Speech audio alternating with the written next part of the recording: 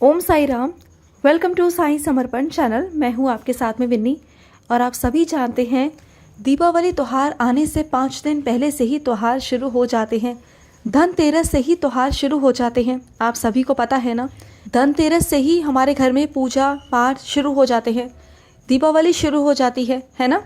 तो आज मैं आपको यही बताने जा रही हूँ कि धनतेरस वाले दिन किस तरीके से हम पूजा करेंगे, किस तरीके से हमें लाभ मिलेगा, किस तरीके से हम भगवान को प्रसन्न कर सकते हैं और हम अपने भगवान से आशीर्वाद मांग सकते हैं, अपनी मनचाही इच्छा पूरी कर सकते हैं।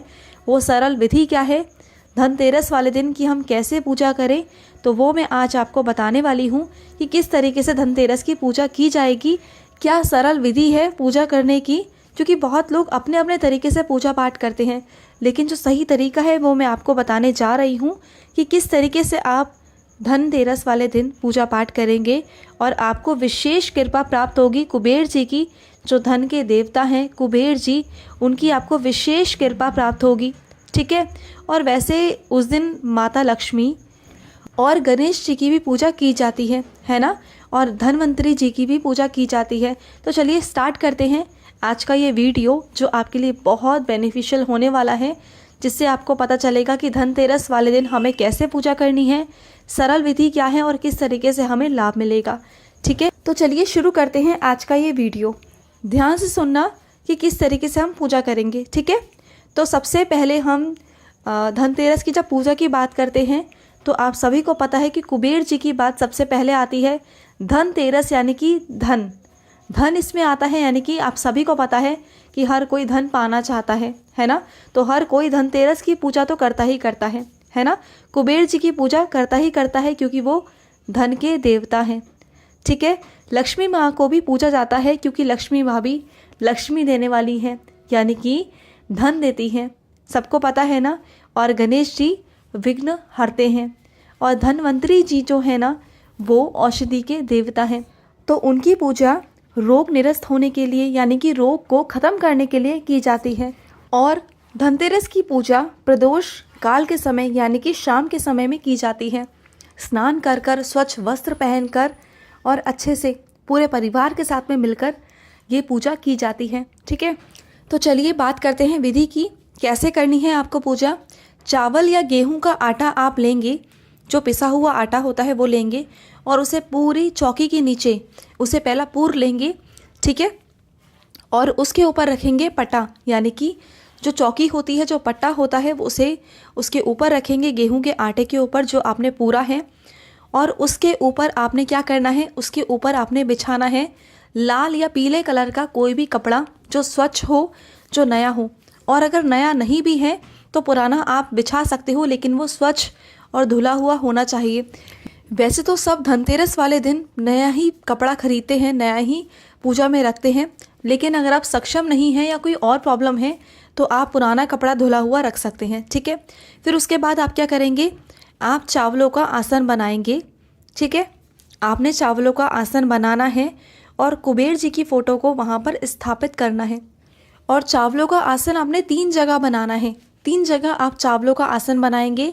उसके बाद आप कुबेर जी को स्थापित करेंगे, चाहे आपके पास कुबेर जी की मूर्ति हो या फिर तस्वीर हो, आप उन्हें विराजित वहाँ पर करेंगे, ठीक है।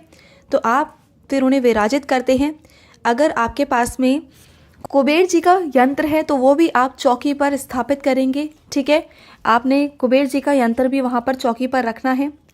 और उसके बाद आपने 3 चावल के आसन बनाए हुए हैं ना, वो अगर आपके पास में चावल नहीं है तो आप फूलों का भी आसन बना सकते हैं। और चावल का बना रहे हैं तो चावल साबुत ही आपको लेने होंगे, ठीक है।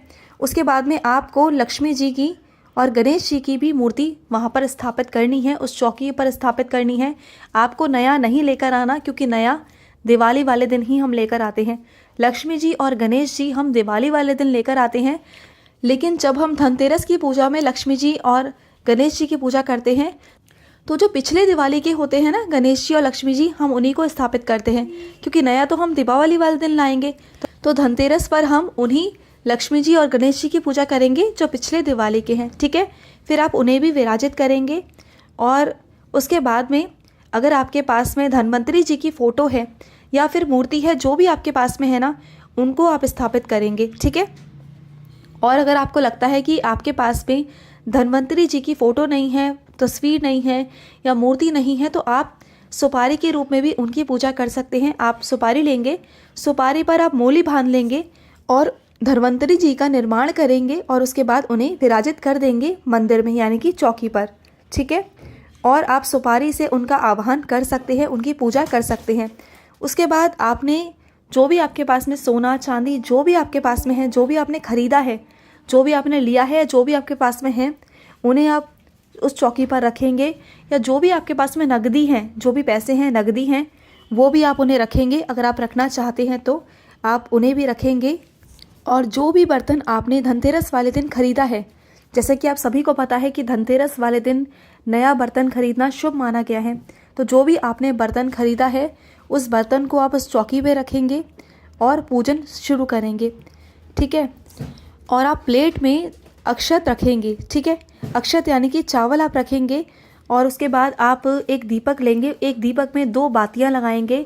वो 2 बातियां को जो होते हैं वो कुबेर दीपक माना जाता है। जो एक दीपक के अंदर 2 बातियां होती हैं वो कुबेर दीपक होता है, उसे कुबेर दीपक कहते हैं। और उस कुबेर दीपक को आप कुबेर जी की मुख की तरफ जलाएंगे। जहाँ कुबेर जी का मुख है आप उन्हीं के मुख की तरफ रखकर दीपक को जलाएंगे, ठीक है। क्योंकि 2 मुखी जो दीपक होता है वो कुबेर जी का माना जाता है, ठीक है। और आप कंफ्यूज मत होना, जो 4 मुखी होता है वो यमराज जी का होता है, वो मैं आपको आगे बताऊंगी। लेकिन अभी के लिए 2 मुख का दीपक जलाना है आपको कुबेर जी के आगे। फिर आपने गंगा जल लेना है फूल के साथ में और हर एक भगवान के ऊपर छिड़काव करना है। छिड़काव मतलब आपको ये सोचकर करना है कि आप उनका स्नान कर रहे हैं, ये इस भावना से आपको करना है। छींटे देने हैं गणेश जी पे, लक्ष्मी जी पर, हर किसी पर आपने छींटे देने हैं। कुबेर जी पर, धन्वंतरी जी पर, हर किसी पर आपको फूलों के द्वारा गंगा जल से छींटे देने हैं।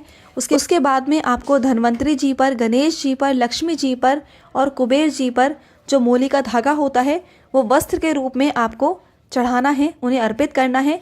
कि ऐसा आप भावना से चढ़ा रहे हैं कि आप उन्हें वस्त्र अर्पित कर रहे हो, ठीक है। तो आपने ये करना है और आप इतने मन और सच्चे मन से करेंगे ना, आपके मन इतना पवित्र होना चाहिए उस वक्त कि आपके मन में कुछ और सोच नहीं होनी चाहिए।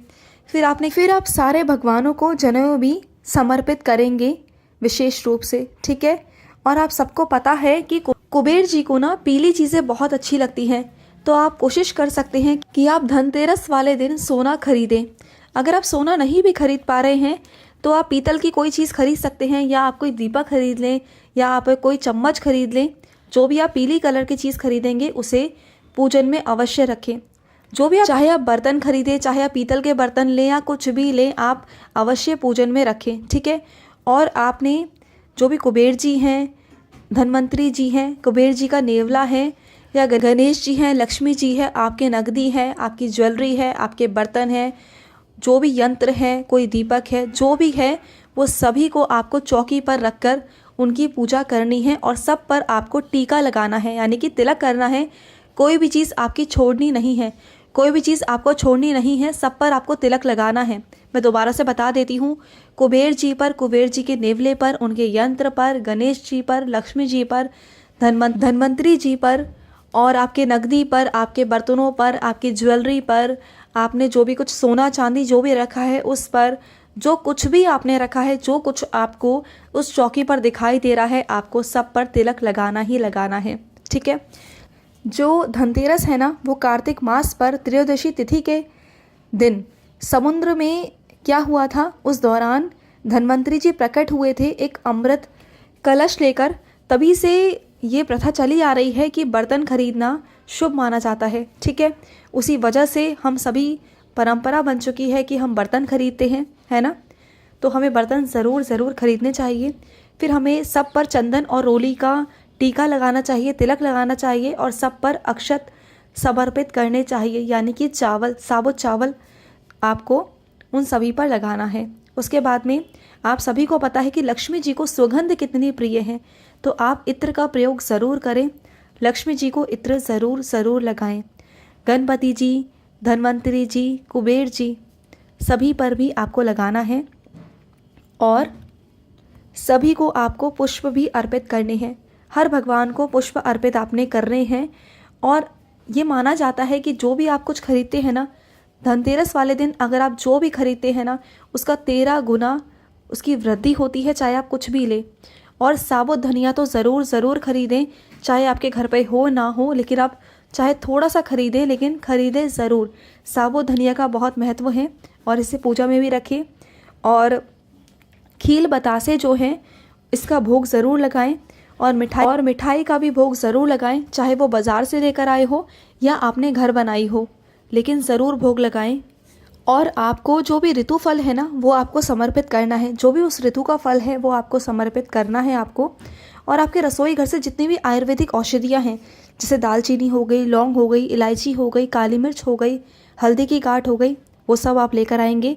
उसके बाद एलोवेरा, तेज पत्ता, कड़ी पत्ता, आंवले के पत्ते, जो भी औषधि होती हैं, जैसे नींबू, अदरक, ये सब औषधियाँ हैं, वो भी आप धन्वंतरी जी को समर्पित करेंगे। जो भी आपके घर में है, जो भी आपके घर के गार्डन में है, जो भी आपके किचन में है, वो सब आप धन्वंतरी जी के आगे समर्पित करेंगे सब कुछ। क्योंकि धन्वंतरी जी औषधियों के देवता हैं, चिकित्सक के देवता हैं।